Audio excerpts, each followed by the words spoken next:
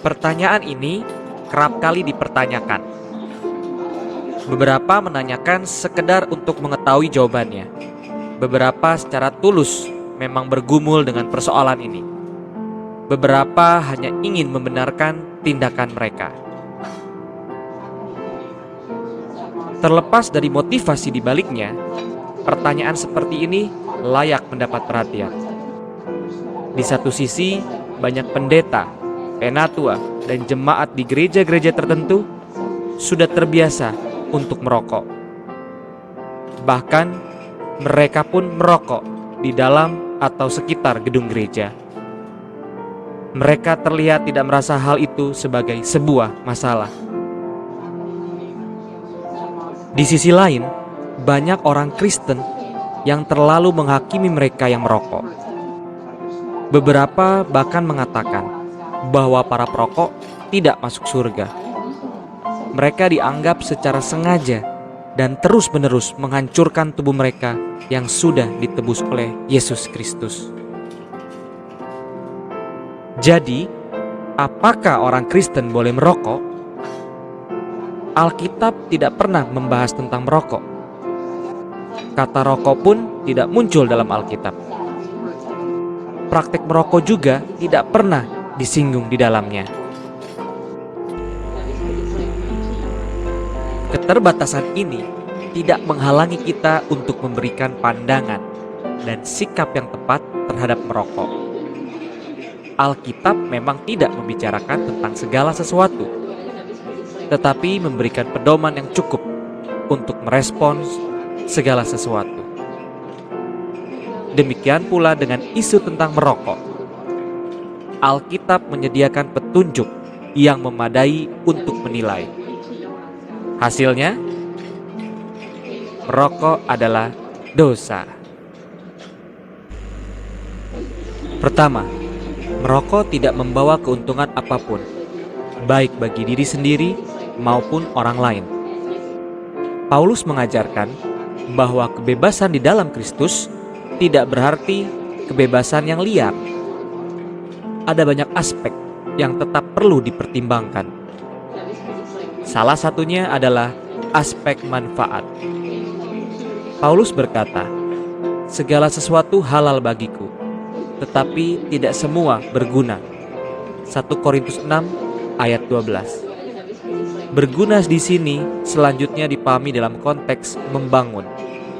1 Korintus 10 ayatnya yang kedua, tiga. Segala sesuatu diperbolehkan, benar, tetapi bukan segala sesuatu berguna.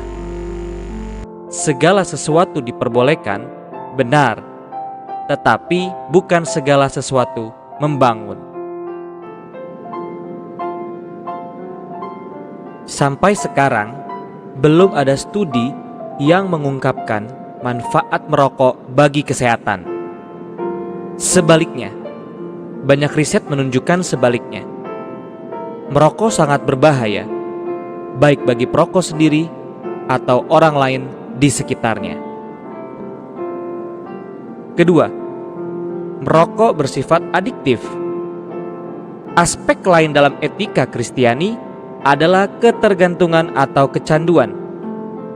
Dalam 1 Korintus 6 ayat yang ke-12 juga mengajarkan hal ini. Segala sesuatu adalah halal bagiku, tetapi aku tidak membiarkan diriku diperhamba oleh suatu apapun. Kecanduan juga merupakan tanda ketidakadaan pengendalian diri. Perihal tanda ini seharusnya nampak pada mereka yang dipenuhi oleh Roh Kudus.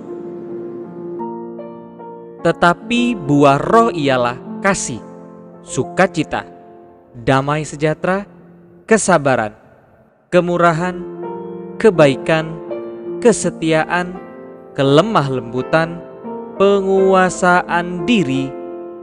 Tidak ada hukum yang menentang hal-hal itu.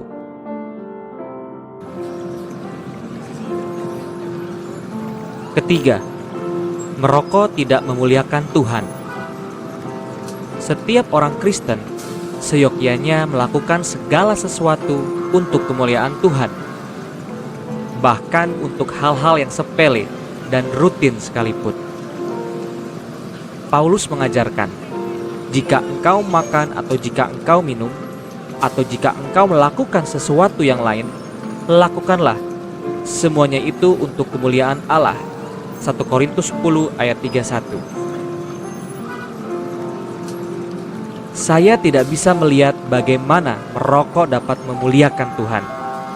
Sebaliknya, tindakan yang bisa merusak kesehatan ini justru terlihat bertabrakan dengan penebusan Kristus atas tubuh kita. 1 Korintus 6 ayat 19 sampai 20. Atau tidak tahukah kamu bahwa tubuhmu adalah bait Roh Kudus yang diam di dalam kamu, Roh Kudus yang kamu peroleh dari Allah, dan bahwa kamu bukan milik kamu sendiri, sebab kamu telah dibeli dan harganya telah lunas dibayar. Karena itu, muliakanlah Allah dengan tubuhmu.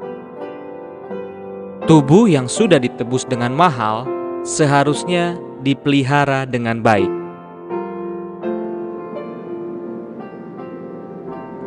Sebagai penutup, kita perlu menegaskan bahwa mereka yang menentang rokok seringkali bertindak munafik.